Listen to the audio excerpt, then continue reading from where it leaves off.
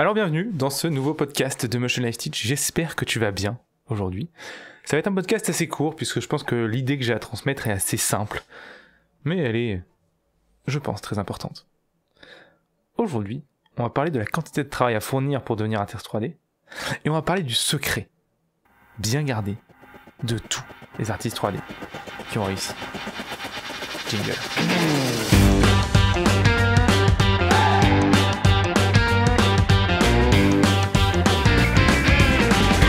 Bienvenue dans le podcast de Motion Life Teach. Le podcast où on parle de 3D, d'animation, d'effets spéciaux, de films, de mindset, de logiciels, bref, tout ce qui se rapporte à l'animation 3D, les effets spéciaux ou l'image de synthèse.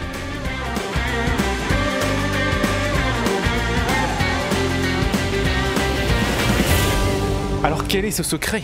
Quel est ce fameux secret que tous les artistes 3D gardent au fond d'eux? Et peut-être que tu ne l'as pas encore découvert, mais tu te dis qu'il y a un truc que tu n'as pas compris, et que c'est pour ça que tu n'arrives pas à aller jusqu'où tu veux aller. C'est pour ça que ton showreel n'arrête pas d'être refusé, c'est pour ça que tu n'as pas encore de showreel. Peut-être même que c'est pour ça que tu ne comprends pas les logiciels, parce que tu ne connais pas le secret. Eh bien, en effet, il y en a un de secret. Et le secret, c'est bouge ton cul. Alors qu'est-ce que ça veut dire et pourquoi je dis ça un petit peu sur un ton sarcastique? Eh bien en fait c'est parce que beaucoup de gens pensent qu'il y a un secret comme s'il y avait un hack, et je pense que c'est le terme, un hack, une solution, un cheat code. Mais la vraie raison en fait, le vrai truc qu'il faut comprendre en fait, c'est que oui, c'est vrai, il y a un cheat code. Mais le problème c'est que quand on pense au cheat code de la vie, on se dit c'est un truc qui ne demande pas d'effort et qui donne d'énormes résultats. Le problème c'est que le seul cheat code qui existe en 3D, mais ça marche pour pas mal d'autres métiers, hein, il est hyper efficace, mais alors par contre il demande un effort de fou. Et c'est quoi? C'est bosser en fait. C'est simplement bosser. C'est simplement bosser. Quand tu bosses, en fait bosser c'est le meilleur des cheat codes. C'est le meilleur truc. Quand tu vas bosser, tu vas apprendre de meilleures compétences, tu vas mieux travailler, tu vas pratiquer de plus en plus, tu vas à chaque fois du coup itérer sur tes erreurs, du coup faire des meilleures productions. Et quand tu feras des meilleures productions, du coup tu auras un meilleur showreel, et quand tu auras un meilleur showreel, tu auras un meilleur travail. Ton premier travail, et quand tu t'amélioreras dans ton travail, tu vas pouvoir chercher d'autres métiers. Du coup, tu auras un meilleur métier, tu seras mieux payé, etc., etc. C'est quoi le point commun de tout ça? Bosser. Et je pense que j'ai fait pas mal de vidéos et de podcasts sur un petit peu les cheat codes, sur comment présenter son travail, comment optimiser le travail. Mais je me rends compte en fait que souvent les gens juste n'ont pas compris la base avant de commencer à optimiser ton travail, avant de commencer à te dire comment je vais présenter les choses, etc. Il faut déjà que tu aies bossé avant. D'accord, et ça c'est juste primordial quoi. Ça peut pas fonctionner avant. Et alors j'aimerais quand même te donner des ordres de grandeur pour te rendre compte de qu'est-ce que ça veut dire bosser. Qu'est-ce que ça veut dire bosser? À quel point bosser est un cheat code? À partir de quand ça devient un cheat code? C'est pas compliqué. Déjà, si tu fais moins de 5 heures de 3D par jour, c'est même pas la peine de penser qu'un jour tu pourras devenir professionnel. Moins de 5 heures par semaine, excuse-moi. 5 heures par jour, c'est beaucoup quand même. Si tu fais moins de 5 heures de 3D par semaine, c'est même pas la peine d'espérer devenir un jour professionnel, c'est pas possible. C'est pas possible, c'est infaisable. Moins de 5 heures par semaine, c'est infaisable. Donc, voilà. Déjà, ça te donne une idée. Si tu fais moins de 5 heures par semaine de 3D, tu ne peux pas devenir professionnel. Tu ne seras jamais professionnel. Tu n'auras jamais le niveau pour. La quantité de travail, juste, n'est pas assez importante pour pouvoir un jour espérer avoir un niveau professionnel. Donc moins de 5 heures par semaine, c'est même pas la peine.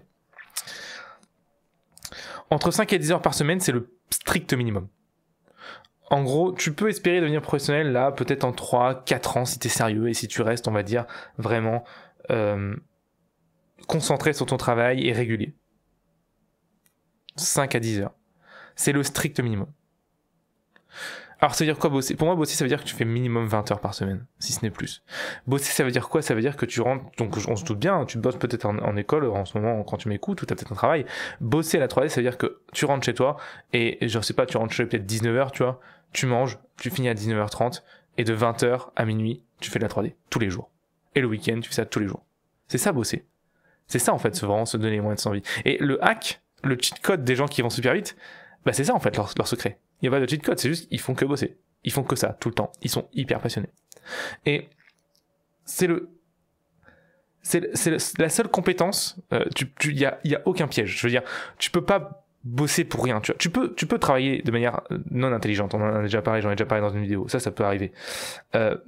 Mais il vaut mieux travailler de manière non intelligente que juste pas travailler du tout, quoi. Donc, j'aimerais vraiment que tu comprennes la valeur de cette compétence, de savoir se mettre à travailler. Alors je vais te donner après à la fin de ce podcast quelques petites solutions, quelques apps pour rendre la douleur du démarrage moins difficile, rendre la oh vas-y, il faut que je passe ce soir la flemme. Comment passer cette flemme, tu vois. Mais avant, juste comprendre déjà que c'est la seule solution. Déjà, juste voilà, avant ça, si tu as envie aujourd'hui de changer de travail, de te reconvertir dans l'art 3D, ou si tu as envie, parce que tu es en études, de devenir artiste 3D professionnel, d'en faire un métier, de gagner de l'argent avec tes œuvres. Si tu as envie de ça, sache que c'est un chemin qui est super, qui est passionnant, mais qui demande un travail.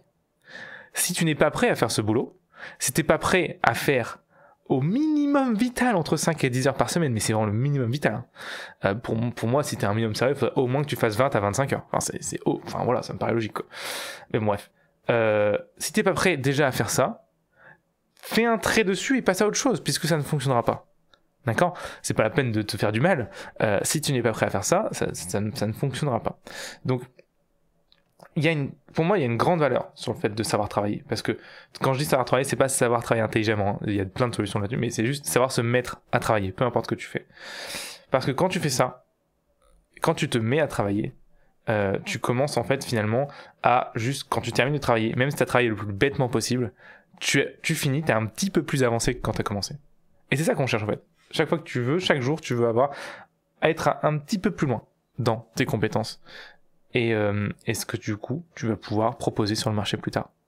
Donc proposer sur le marché, ça veut dire trouver un travail en studio ou monter ta boîte, être indépendant, ce que tu veux, peu importe quand ça parle de 3D. Mais voilà. Mais la règle de ça, le hack pour réussir à faire ça, c'est de travailler.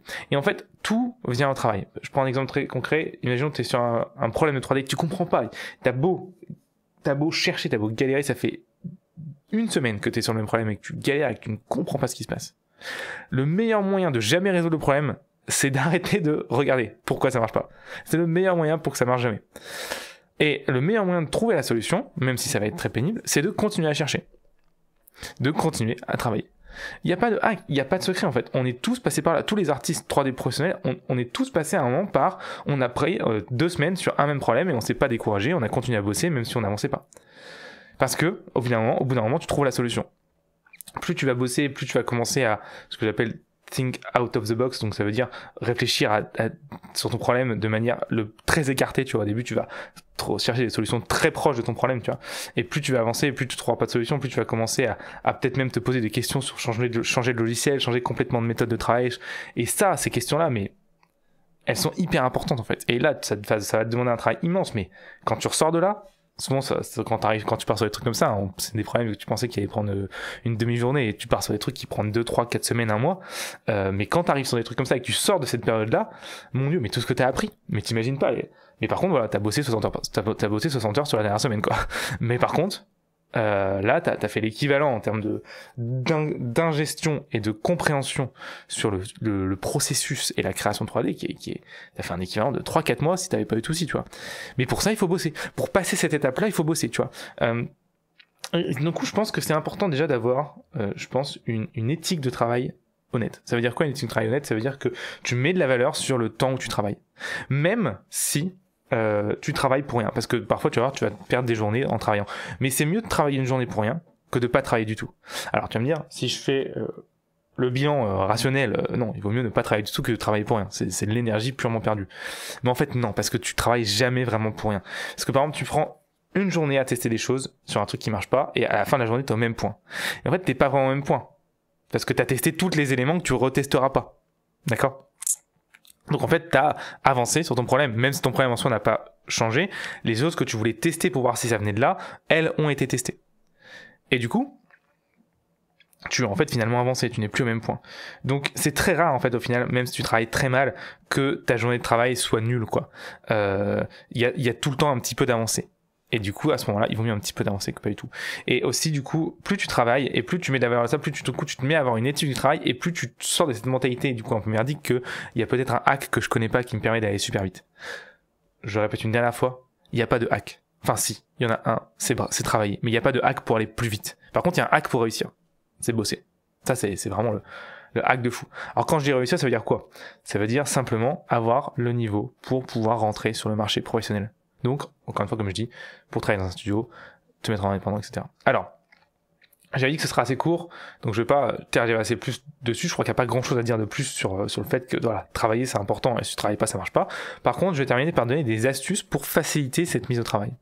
En fait, on se rend compte facilement, enfin, déjà le truc qu'on a l'impression, c'est qu'on se dit, voilà, je vais être motivé et ça marchera, et quand je suis plus motivé, ça marche plus. Le problème, c'est qu'en fait, la motivation, c'est une émotion. Et une émotion, bah, tu la contrôles pas ou peu, d'accord. C'est quand même assez dangereux de baser ton avenir professionnel sur quelque chose que tu contrôles pas ou peu.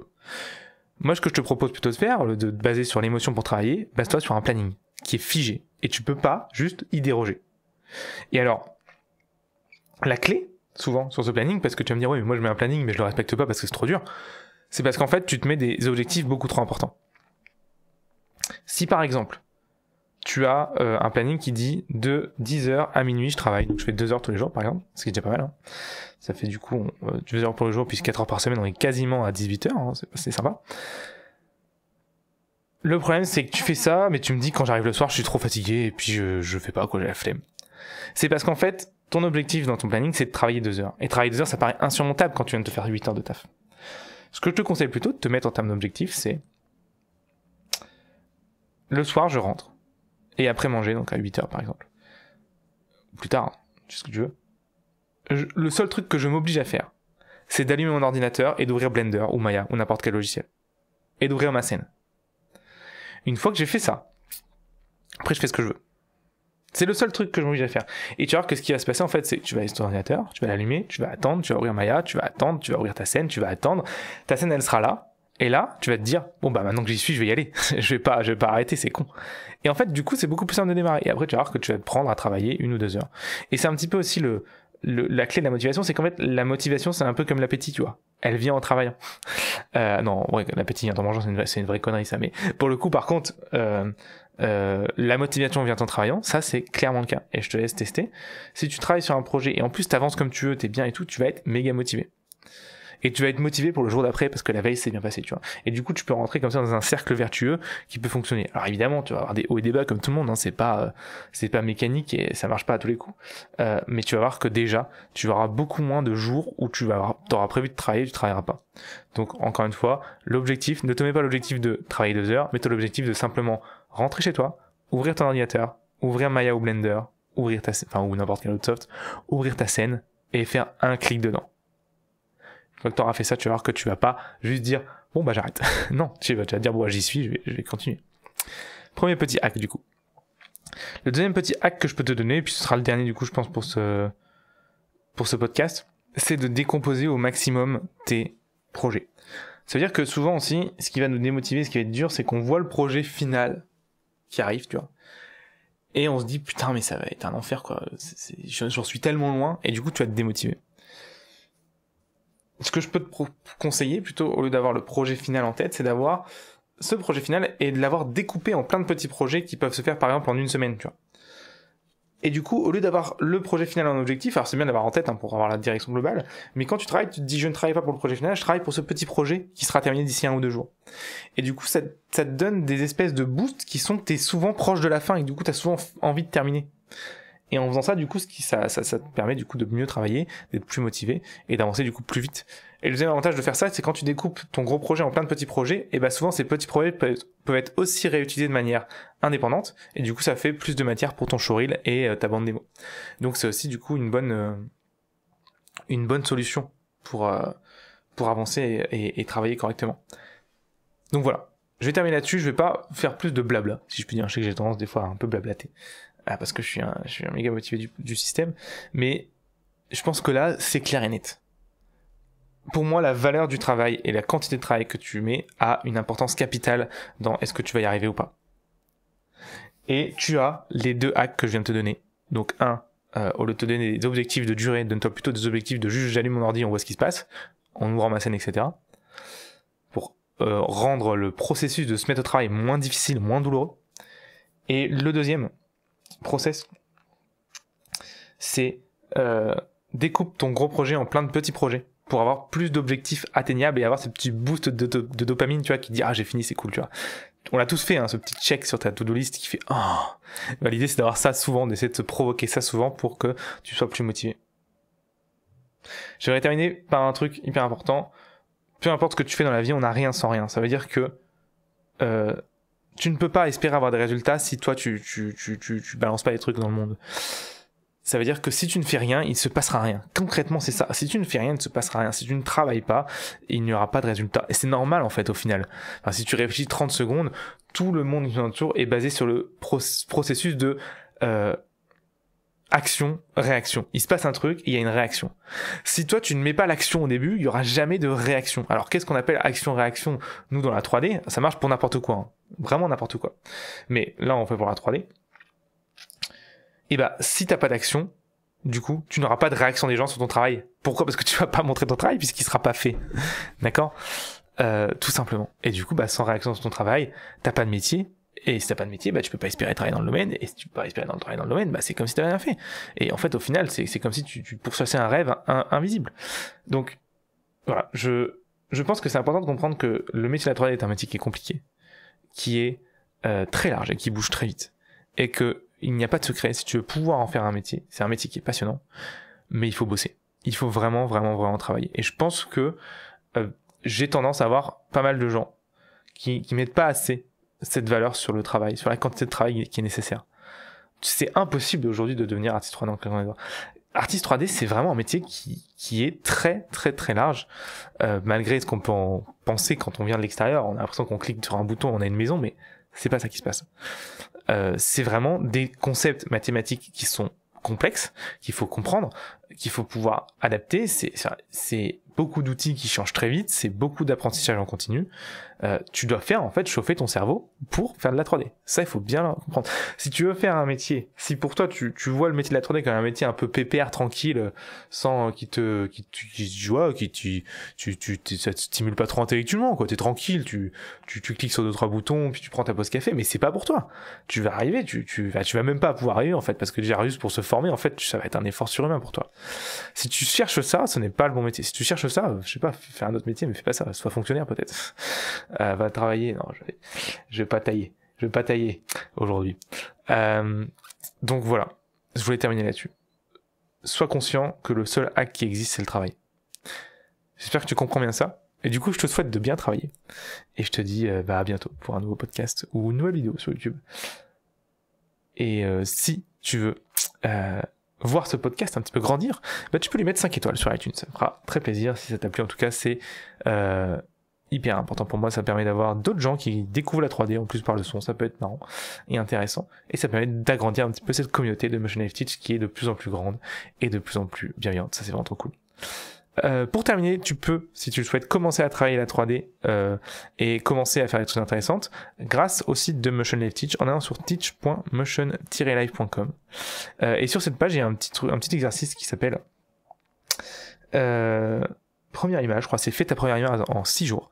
Bon, de toute façon, tu le verras en arrivant dessus, hein, c'est direct dessus. Et si tu le trouves pas, c'est sur l'adresse teach.motion-life.com/prez /première image, pardon, donc première du 6 image sans accent /prez.html pres.html et là du coup tu peux accéder à avoir du coup la création de ta première image en 6 jours. Alors évidemment tu t'en doutes bien, ça demande du taf, hein, mais c'est 6 jours, c'est gratuit, ça te permet d'avoir les bases, ça te permet de comprendre les premiers éléments. Donc si tu as envie de te mettre au travail tout de suite et que tu sais pas quoi faire, bah, ça peut être un très bon point de départ. On se retrouve là-bas et moi je te dis à très vite. Merci beaucoup.